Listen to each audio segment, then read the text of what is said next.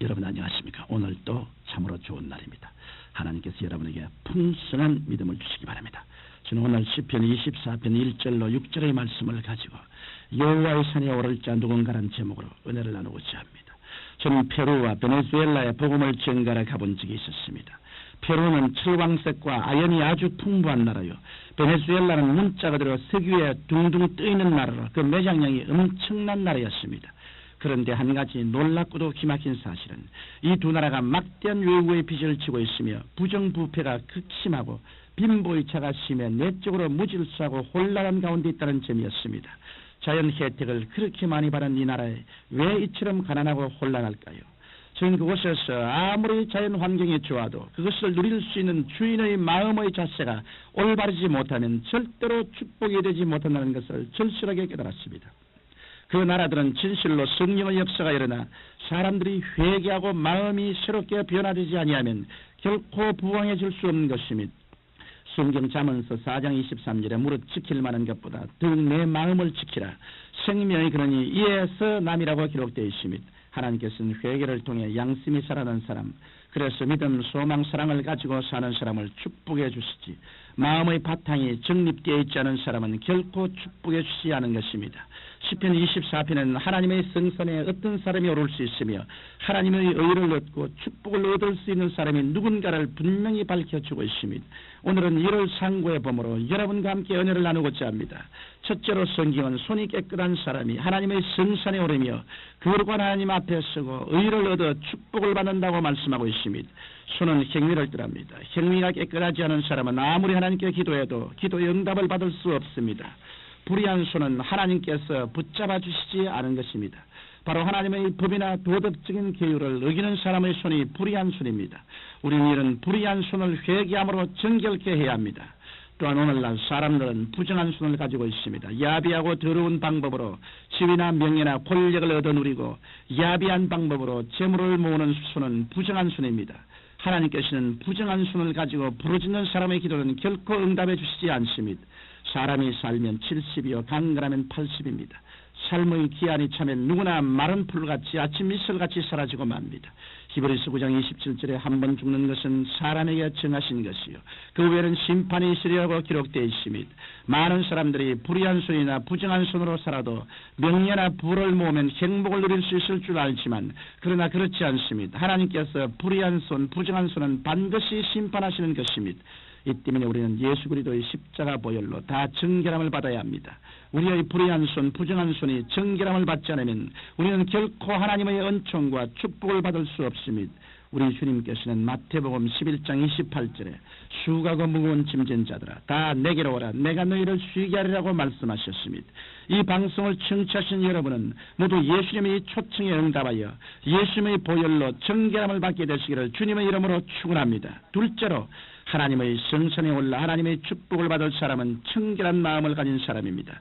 허물과 죄로 죽은 인간은 그 누구를 불구하고 회개하여 마음을 청결케 해야 합니다. 회개하는 사람은 죄를 용서받을 뿐 아니라 영생을 얻는 하나님의 자녀가 되고 죽었던 양심이 살아나는 체험을 하게 됩니다. 기독교 신앙이 위대한 것은 양심이 살아나서 죄를 지적하고 윤리적인 생활을 요구하기 때문인 것입니다. 우리가 하나님 앞에 나올 때 그저 복이나 받기 위해 나온다면 우리의 신앙은 그야말로 기복신앙에 불과합니다. 그러나 기독교 신앙은 그런 기복신앙과는 거리가 멉니다. 그 이유는 기독교 신앙이 양심의 부활을 강조하는 신앙이기 때문입니다. 우리의 양심은 회개를 통해 선한 양심, 착한 양심, 깨끗한 양심이 되는 것입니다.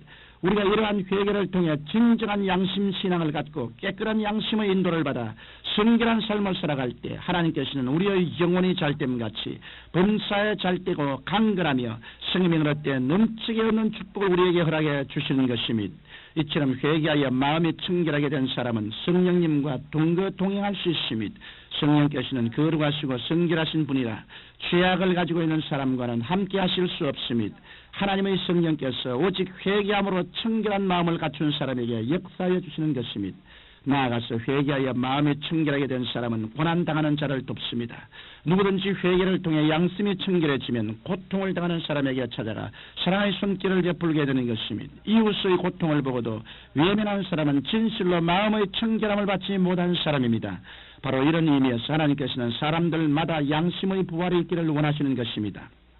때문에 예수님께서도 온 인류를 위한 공생애를 시작하시면서 첫 메시지를 회개하라고 선포하신 것입니다.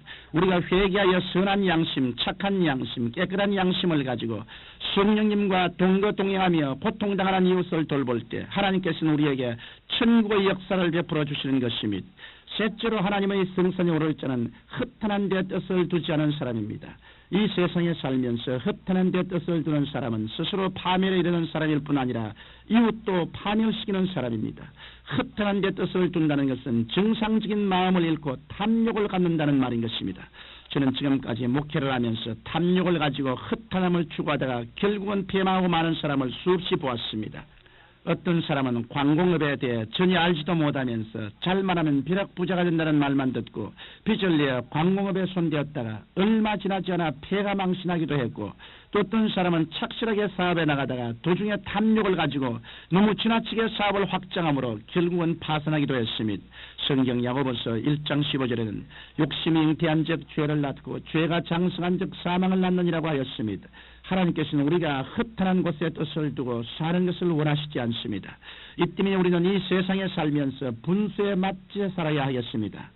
이처럼 우리가 하나님 앞에서 회개하고 허탄한 데 뜻을 두지 않을 때 하나님께서는 우리를 지켜주시고 축복해 주시는 것입니다. 넷째로 성경은 거짓 맹세치 아니한 자가 하나님의 성산에 오른다고 하였습니다. 사람들은 어려운 고비에 처해서 다급해지면 하나님이 이 집만 팔게 해주시면 11조를 꼭 내겠습니다. 제 병만 고쳐주시면 재산의 반을 헌금하겠습니다. 이 문제만 해결해 주시면 주님을 위해 일하겠습니다라고 맹세를 한 다음 정작 문제가 해결된 다음에는 그 맹세들을 아주 쉽게 여기고 있습니다. 그러나 하나님과의 맹세는 하나님과의 계약임을 알아야 합니다. 하나님께서는 당신과의 계약을 쉽게 파기하는 사람을 신뢰하시지 않으시고 그렇게 신뢰성이 없는 사람의 기도는 들어주시지 않은 것입니다. 이 세상에서도 약속을 자주 어기는 사람은 신뢰를 잃어 결국은 몹쓸 사람이 되고 맙니다. 이러므로 이 세상에서 눈에 보이는 재산보다 눈에 보이지 않는 신용의 재산이 더 중요한 것입니다. 신앙생활에도 신용은 얼마나 중요한지 모릅니다. 하나님께서는 신용 있는 신앙인을 축복해 주십니다.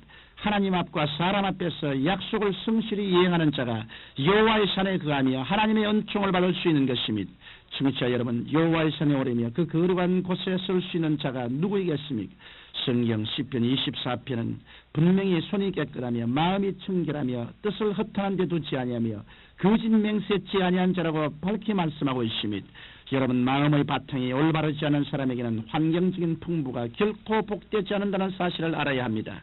이러므로 여러분은 참다운 회개를 통해 깨끗하고 청결하며 뜻을 허탄한 데 두지 않고 거짓 맹세치 않은 올바른 마음의 바탕을 감춤으로 하나님의 축복을 얻게 되시기를 주님 이름으로 축원합니다. 살아계신 아버지 하나님, 우리가 마음을 하나님 앞에 올바르게 갖고 정상적이고 올바른 태도를 취함으로 하나님의 축복이 우리 생활 속에 임하게 도와주옵소서.